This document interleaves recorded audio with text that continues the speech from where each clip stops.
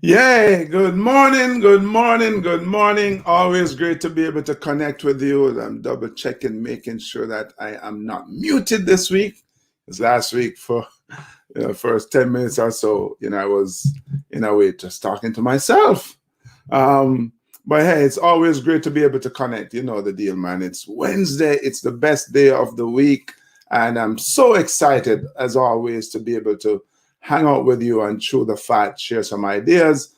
I thank you all for joining. Hey, don't be shy, man. Don't be shy to actually participate in the conversation.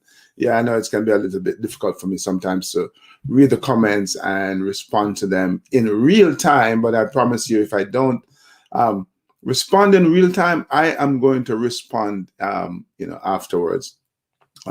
So feel free to comment, and if you're watching the recorded version, hey, join the conversation anyway, right? We love hearing from you. Let us know where you're from, and give us a thumbs up. And as I always ask you as well, um, bring a friend, bring a friend, and have them bring a friend to join the conversation as well.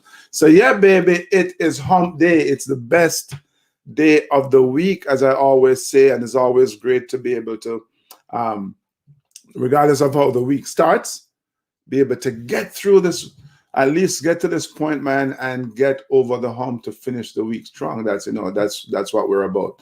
So good morning, Marva, and my friends over here. I'm not seeing so well. Maybe I should put my glasses on. Let's try that. Uh, hmm.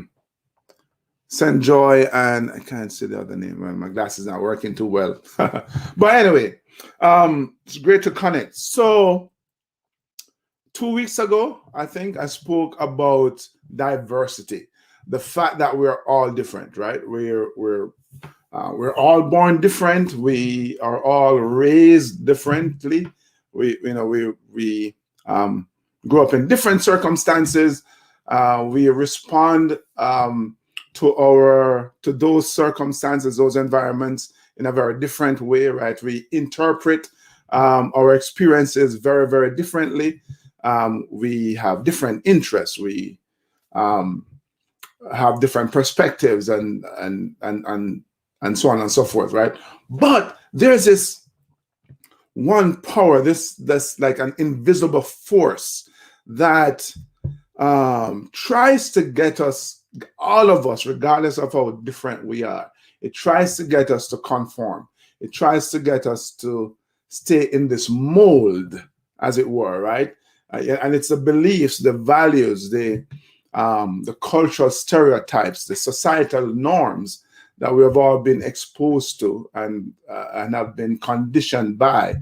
I think it causes us, it prevents us from embracing our own uniqueness. It prevents us from um, prevents us from expressing, uh, ourselves fully. It prevents us from exploring our full potential in every aspect of our lives, right? Um, and the thing, though, is because that could be a problem, right? If we are forced to remain in this mold and deny our uniqueness, right? The good news is that we have a choice. We always have a choice, though. That's the wonderful one of the wonderful things about life. We always have a choice. So we can choose. If we choose, it is then possible for us to change our perspective. It is really possible for us to change and challenge the preconceived notions about what it is that we can or cannot do. Because a lot of times we kind of take that on from our environment, or family, or friends, or whoever, those people who are influencing us, right? So we can choose. We can choose. There's a conundrum, though. Conundrum is that there are some people, man, who are just quite comfortable being in the mold, fitting the mold, right? It's like the mold was made for them. They feel comfortable in it, right? They're fine with the status quo. They they want to stick with the program, basically. They want to stick with the program, And so, they do, everything that they're supposed to do in the order that they're supposed to do it. And we know, so they go to school and they get good grades, which I believe you should get good grades, right, Winston? Because, hey, Edmond, great to see you, my man. Yeah, so they get good grades and then they go get the good job, right? Because they're supposed to do that.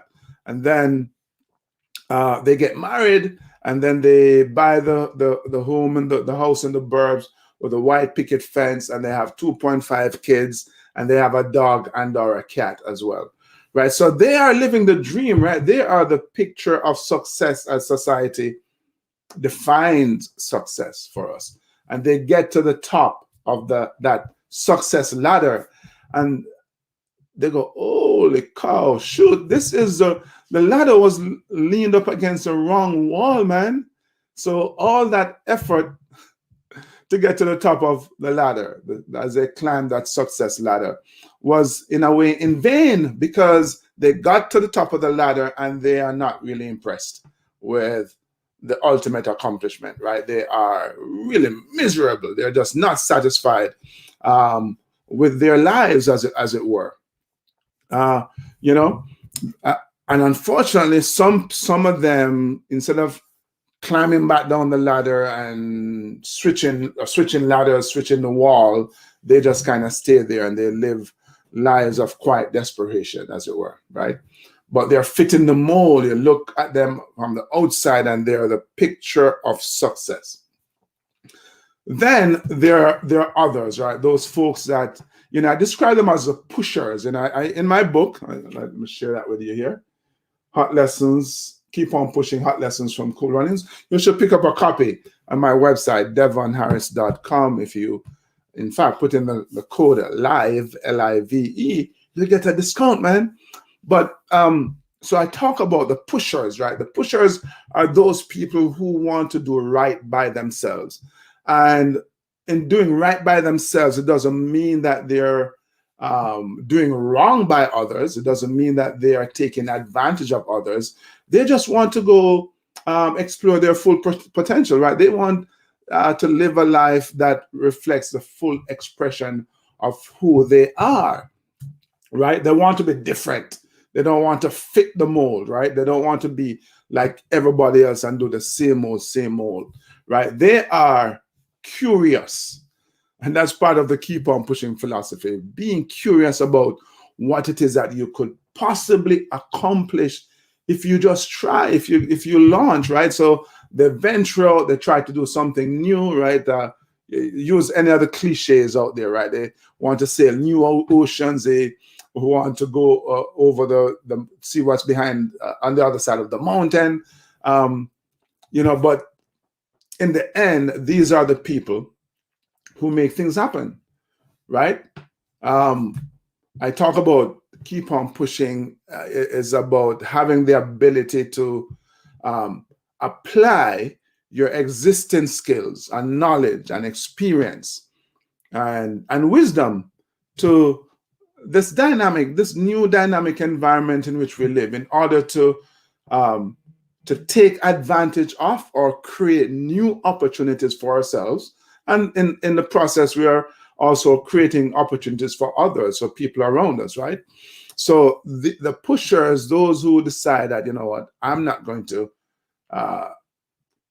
confine myself to this mold. I'm going to follow my heart. I'm going to follow my calling. I'm going to follow my passion. They are successful because you're making their dreams come true, right? And it's not like people who remain with the status quo don't accomplish, but a lot of times it's not their own dreams. It's the dreams that other people have imposed on them, right? And so people in the mold will see the pusher, the guy or the girl who is venturing out and trying to make their dreams, the ones that they have in their heart, come true, and they're living the dream, and they go, my God, they got it good. They're up easy street, right? And it's not true though. It's not that the person who is breaking the mold is living a life free of challenge. They're not living a life free of challenges, full of challenges. They have to overcome all kinds of difficulties and problems, and they have to find solutions to those issues. And yeah, sometimes it's like it feels like you're talking about keep on pushing, you're pushing a boulder uphill, right? But in the end, though, their lives are exciting. Their lives are fun. They are alive and they are vibrant and they thrive. They live in a way for the adversity, because it just makes life so much more interesting and so much more fulfilling, right? But I said earlier that you have a choice, so you can do that too. You can, instead of sitting over here in your mold and not rocking the boat and making sure that you're pleasing everybody, you're doing what they all want you to do, man. You can decide that you want to break the mold as well. You can have that exciting life that you are observing and you want, but you can't have it by resisting the change, right? You can't have it by staying in the mold. The thing, I think, one of the points I need to make is the fact that all of us are moldable, right? Yeah, so we're born like with a clean slate, and our environment begins to mold us.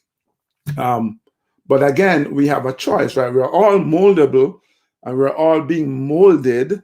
What we have to recognize is that we don't have to allow ourselves to be molded by external forces.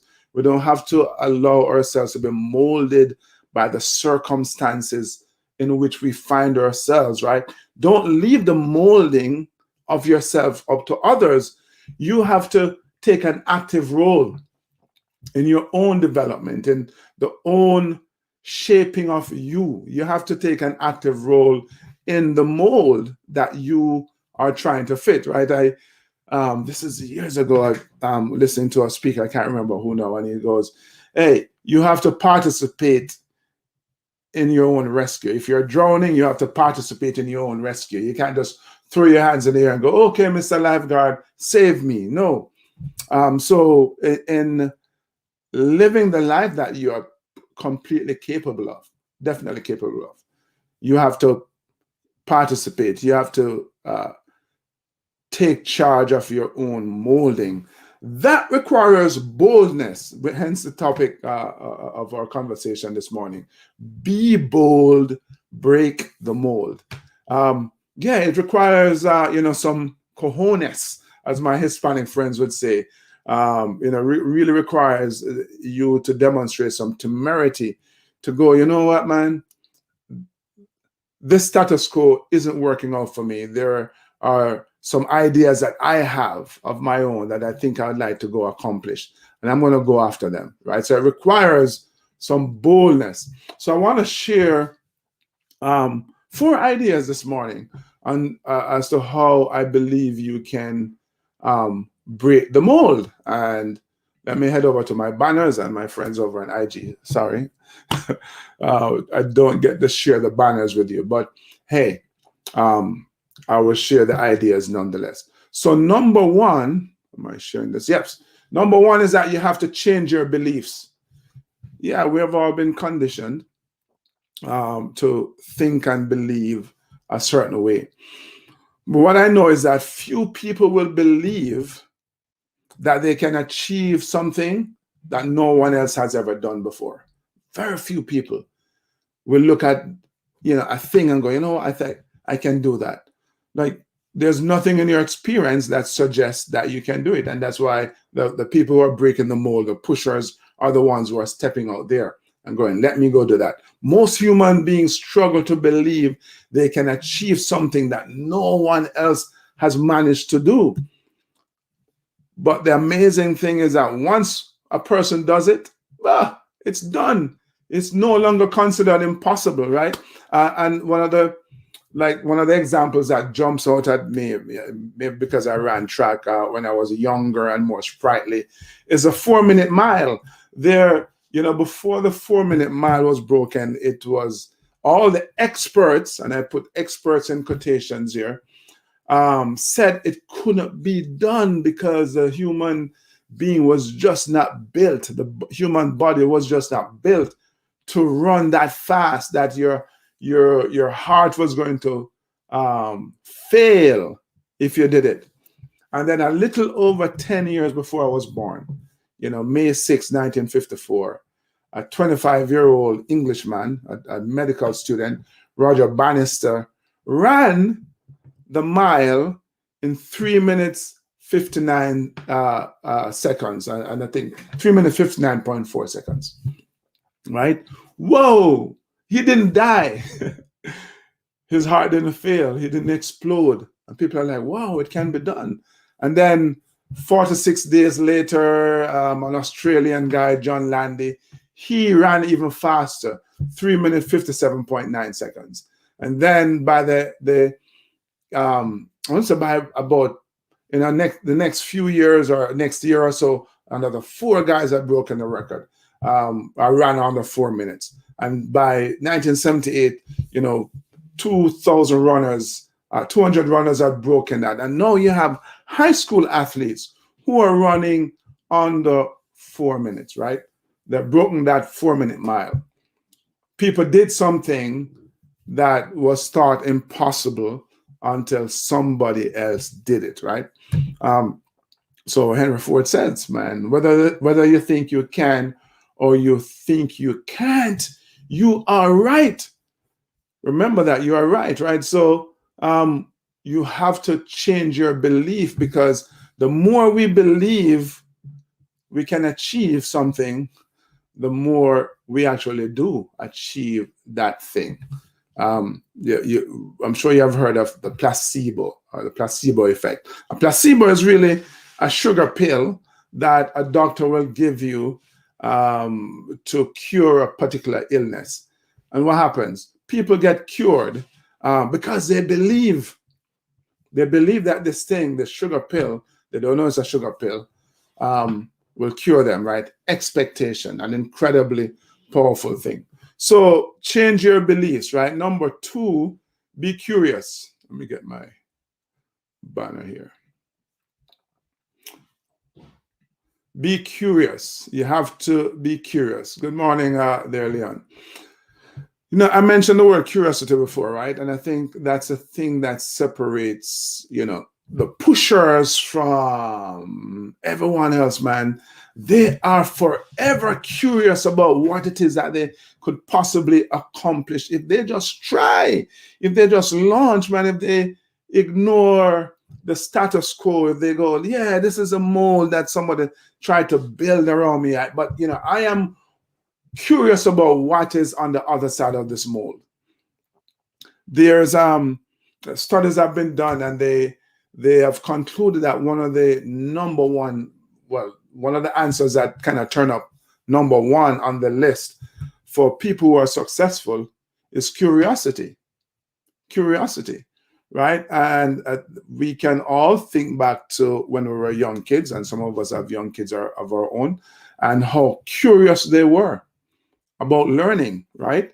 About figuring out things, about exploring. And then we grew up hearing that curiosity kills the cat. And we kind of lose that curious nature about us, right? But if you want to break through the mold, you have to be curious. You have to remain curious about what's on the other side of the mold, right? Because our curiosity pushes us. Let me get back to my banner. Our curiosity pushes us towards uncertainty, and it allows us to approach that uncertainty with a real positive attitude, with creativity, with empathy as well. But it really opens us up to experiences that we never thought were possible. So be curious, my friend, be curious. Number 3, I would say you should find inspiration in others. Find inspiration in others, man. I'm asked all the time about who inspires me. And the answer to that? Everybody. Yeah, I know we tend to only know of the famous people generally, but I've had the good fortune to travel around. And so, it's sitting in an airport or on a plane beside a single mom who has done phenomenal despite her circumstances, or the guy who has just pulled himself up by his bootstraps. Like, those stories inspire me. And of course, there are all the famous people as well, right? Some who are, kind of currently in the news, and the others who have written about their experiences or share their experiences in a book that I can go to the library. Here's a novel idea. Go to the library. Every town, every city has one. And the stuff there is free.